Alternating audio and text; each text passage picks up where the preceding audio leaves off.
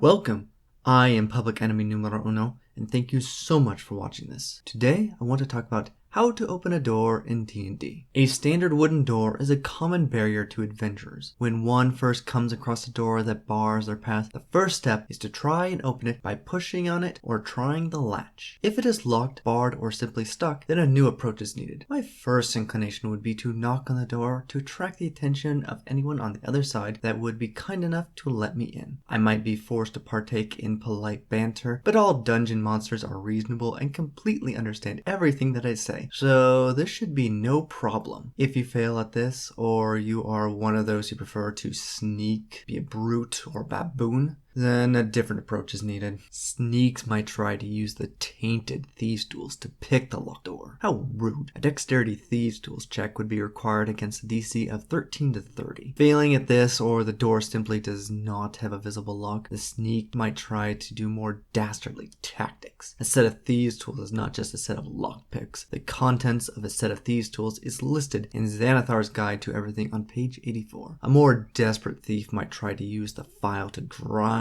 through the latch or use the pliers to pry off sections of the door. A similar effect can be achieved with carpenter's tools by simply removing the door altogether. This is much harder if the door is not made of wood. The brute might just do the predictable, simple-minded thing and charge right through the door. A strength athletics check of DC 10 to 30 would be required. Barbaric.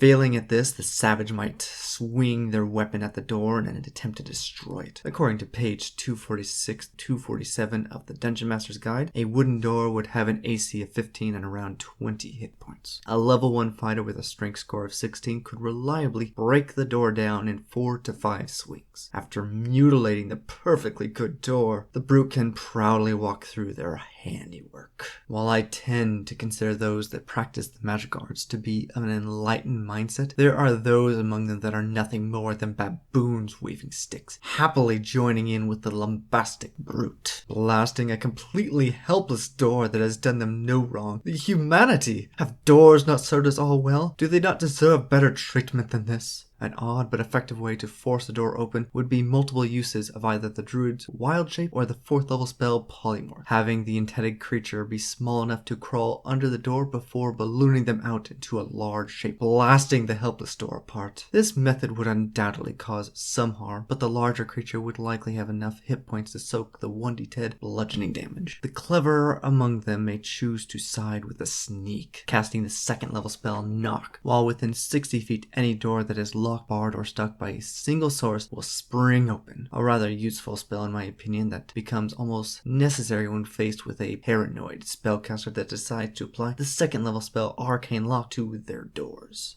Knock merely suppresses the effect of Arcane Lock for just 10 minutes, so use it while it lasts. The baboon that still desires to be a sneak when working with the brute might just use the 2nd level spell Silence to keep the disturbance of the brute down to a minimum. A friendly familiar that is small enough might wriggle their way underneath like a worm. A pity that Mage Hand is a bit useless when you cannot see through the door. However, it is possible to see through the edge of the door, allowing for the use of the 2nd level spell Misty Step. The 4th level spell Dimension Door is even better, allowing yourself to take a friend along. A more humane approach could be the 5th level spell Passwell, creating a passage straight through the door. Granted, the spell creates a passage that is up to 20 feet deep, meaning it could be used just as easily against the wall as the door. The most heinous spellcasters might even stoop to the 6th level spell of Disintegrate, removing the entire door from existence, leaving naught but a pile of fine ash. May all doors slam on the fingers of any that would stoop so low. The final approach, more sensible approach in my opinion, would be turn around and leave, allowing the door to remain healthy, whole, and untarnished. With that, please comment down below as I would love to hear more ideas or criticisms.